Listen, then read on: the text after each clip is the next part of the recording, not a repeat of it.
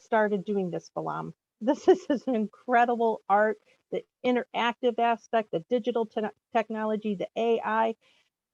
Where did this all come from? Basically, my work begins by exploration and the concepts of technology. And I think my love to technology led me to work in more depth with it. And my curiosity about the development of devices and how technology affects culture worldwide leads me to explore technology in a creative format. So I think the short answer is curiosity to understand technology in different formats and to apply that curiosity with my artistic practice. So when you say curiosity, um, I'm going to ask one question first. When you say curiosity, what training did you have to fulfill your curiosity, to answer those, to get you to the next level? Did you go to school for this? Originally I went to school for archaeology, which is completely different than digital technologies. And I think my understanding of past cultures, let's say a culture that was 2000 years ago, and how they developed their own technologies that was relevant to their time of existence, that really entered into me that idea that the value of technology, but we have the understanding of technology being just digital, and the concept of technology expands from fire, how we were able to generate fire, to construction materials and such and things like that. And my understanding is that we are basically living, our whole lives is basically surrounded by ideas. From a chair, it was an idea that somebody had. A table, the same situation. So we have our everyday lives. It is based on ideas that a person or a group of individuals had, and their application of that idea into the reality that we live. It is very intriguing to me. So based on that, I usually love to learn by myself all these elements, like from philosophy all the way through artificial intelligence, and from there formulate questions, and sometimes I use art to answer those questions. Cool, because I could hear in your description of your slides that you were also looking at the interactive, the effect on the person with the art. So it's Mhm, very comprehensive. I do have a question from May. mhm. How did you make the thing where you put your hand on it and it looked like a rainbow? How did um, it's basically the same LED that you guys have, the RGB LEDs. And so in this case, it has a infrared sensor, and that infrared sensor sends information to a computer, and then the computer sends back the information to a device, a small computer called the microcontroller, and when it gets the information from the computer and basically sends electricity to the LED, and it looks like a rainbow.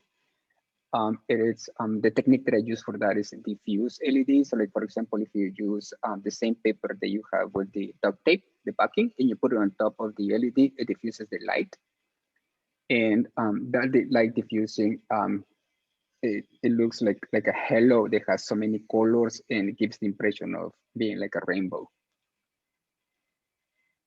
So you're saying with the basic skills everybody got today with the wiring and circuitry and even just the LEDs, they can, through curiosity and trial and error, create something like you did? Exactly. Yes. Exactly. So, like in my opinion, the most simple ideas are the most profound ideas. And so thinking about with the tools that you have, and being creative and explore the all the potential the tools that you have, it can have, and just be open and free to try and do things that are completely different the ways that you know, and explore. The whole intention of this workshop is to explore technology from the minimalistic perspective, and from there expand to a more complex formulation of technology. Cool. So everything step by step and build on previous successes and errors. Exactly. Neat. In my case, I'm sorry, go ahead. Go ahead. In my case, errors are part of the process. Like usually when I have mistakes or errors in my projects, it really lets me to learn more about what I have to know. And during this process, I discover new methods or new applications of the technology. And usually I'm very open and flexible on my projects. I have an idea, but that idea, it's flexible and it's adaptable according to the situations or the knowledge that I have during that specific time. So workshop participant James was wondering if you had a role model and if you have ever done artwork that was not digital. Yeah, previously my work was visual paintings, and mostly was acrylic. And the early part of my work was oil paintings. And from understanding how the visuals work on an static format like paintings, like acrylics, from there I was able to translate the aesthetics of the paintings into a digital format. Mhm. And of role models, anybody that you aspired to be or inspired you? Yes, I think I have few artists that I admire their work. One of them is actually, most of them are not visual artists, but are musicians. One of them is Klaus Schulz, which is a German, early German electronic musician from the 1970s. And regarding writing, I love the works of Jorge Luis Borges. His mind and is just an incredible mind, and it's so intriguing to me to understand his work through ideas that they come to me when I read his works, and of course philosophy, and that is a broad range of philosophers that I like, from Socrates to Nietzsche, Plato to Nietzsche, in other words. So do you find that the sounds that you are creating, do you consider that music or or what? How do you develop those sounds? Because That's a very good question. It is mostly it is like a set of notes that I have established in my artwork, and then basically the participants generates the sounds, and it is very subjective for the concept of what is music. So I think in that case, I can say yes, it is music that is being generated from my artwork, and that it really has an influence on how the visuals are projected back or seen through the individuals. So it is more like each person gets their own like ambience from the work itself. So it's like a collaboration between myself and the person that comes to see the artwork. so Anonymous wonders, when did you start learning about STEM and technology? That's a very good question. I think it was around when the maker movement began to surface on the internet. I don't exactly remember the time, but I would say like around 10 years ago.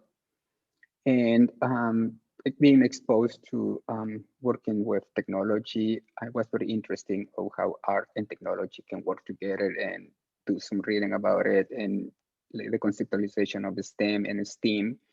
And I really found it very interesting. Do you consider STEM and STEAM separate things, or um, I mean, everybody says STEM, and then other Mhm, people says STEAM. Where are mhm. you in that division? From my perspective, I go with the incorporation of art and engineering. the whole process, it really works pretty well because you apply creativity with any structural format like engineering, and that can lead to development of new ideas or new devices or new inventions. But creativity, it is essential for innovation. So speaking of innovation, are there emerging technology? What emerging technology are you most excited about? And is there any emerging technology that you are fearful of? Very good question. I'm very interested in artificial intelligence, especially in the application in generating sounds. That's what I've been wondering and thinking about and doing some um, prototypes of artificial intelligence in sound.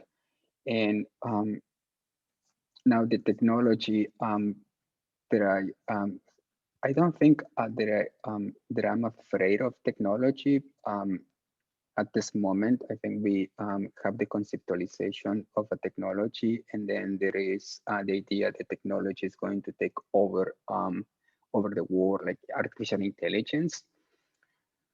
Um, I disagree on that. I think we will be working in collaboration with machines. We already have a process, like for example, in the Industrial Revolution and STEAM technologies, where the society was afraid that the industrialization and the new technologies were going to take over the world, and we're still around developing technology. True. A lot of writing about that too. Um, Hmm.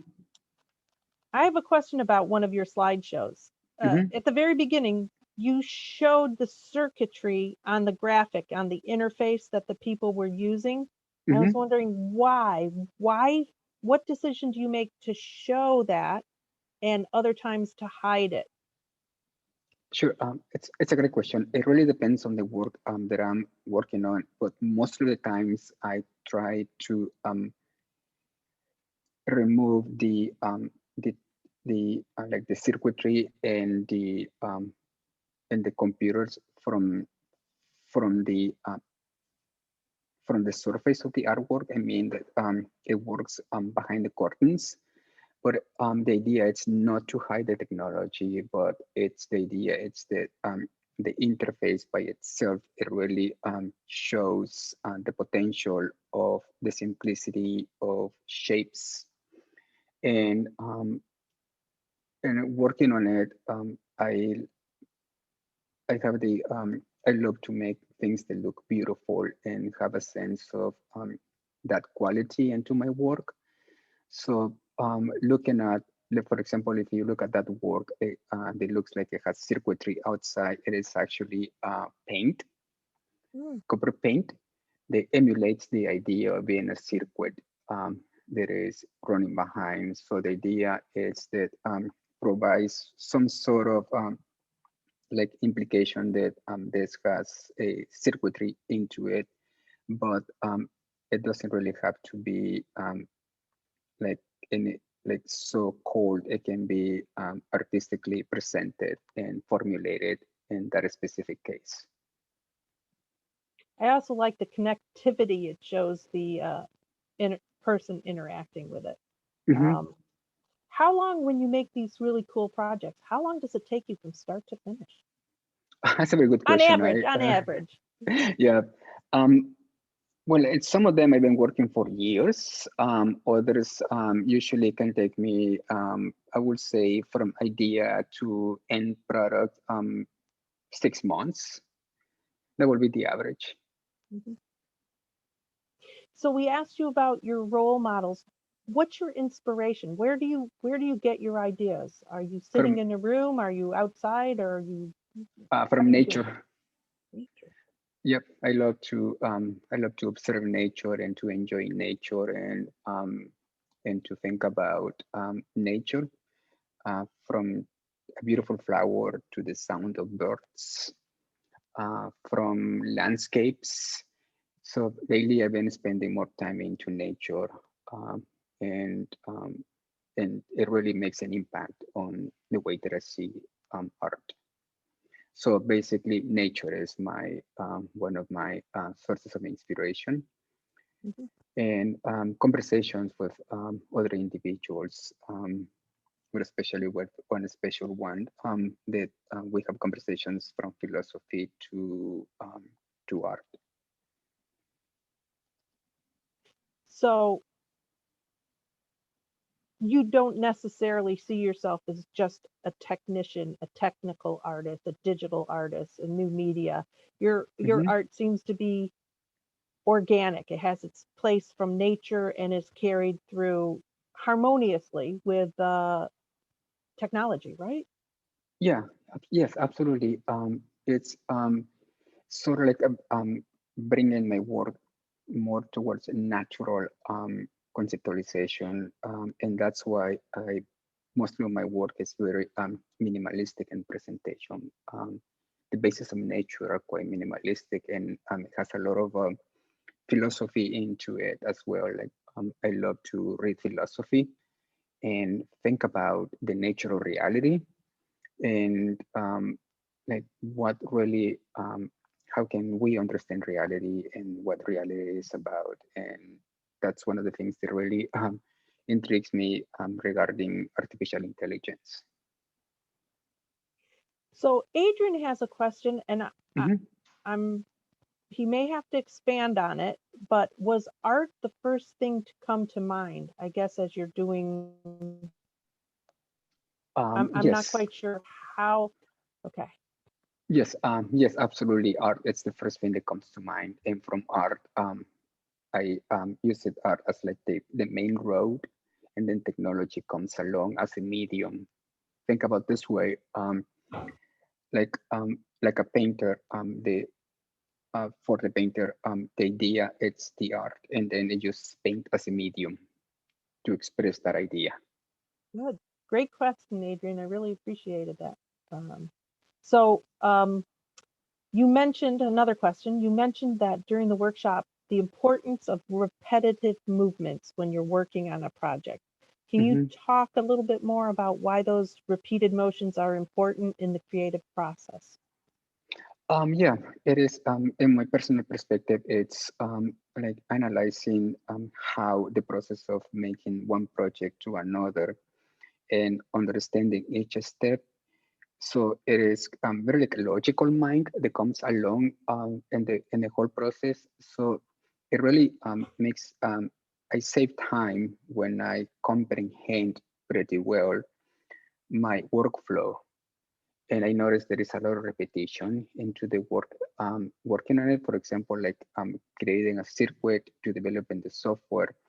So using that, I can pretty much have an idea of like, okay, so I can first work on the hardware or the software first. So it's kind of like a decision-making tool.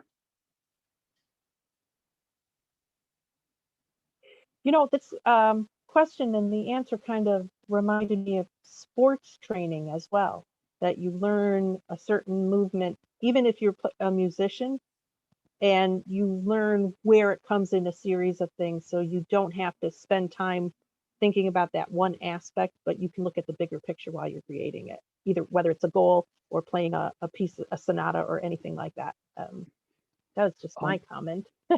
that's actually pretty good. It's a very good observation. We have just a couple minutes. Does anybody else have any questions for Balam? Anybody? He is a Connecticut artist, so he is local now. Hmm. Anything from anybody additional? Well, I think I'm out of questions. Take a deep breath and say thank you so much, Balam, for doing this project. Oh, here's one. What would you Sure. say to us to get our minds going? Um, it is, I think Steve Jobs has this great quote, it's think different, and it really can be applied. Think about, look at technology and think about technology. There is something that you have the knowledge and the tools to create and develop new ideas from it. And don't be afraid if it's the first time that idea doesn't work. Um, and if it doesn't work, figure out the problem and find solutions to it. At the end, it's going to be a beneficial activity in everyday's life to understand how to overcome problems. And the more problems that you face, the more inspirations that you get to develop the project. Thank you. So everybody, thank you for joining us, and go out there, use the tools you learned, and think differently to create something brand new. We'll hope to see you again at another Tinker Shop. Thank you again, Balam, Matt, and our behind the scenes man, Alex. And that's it for today. Thank you. Go out and enjoy the snow, everybody.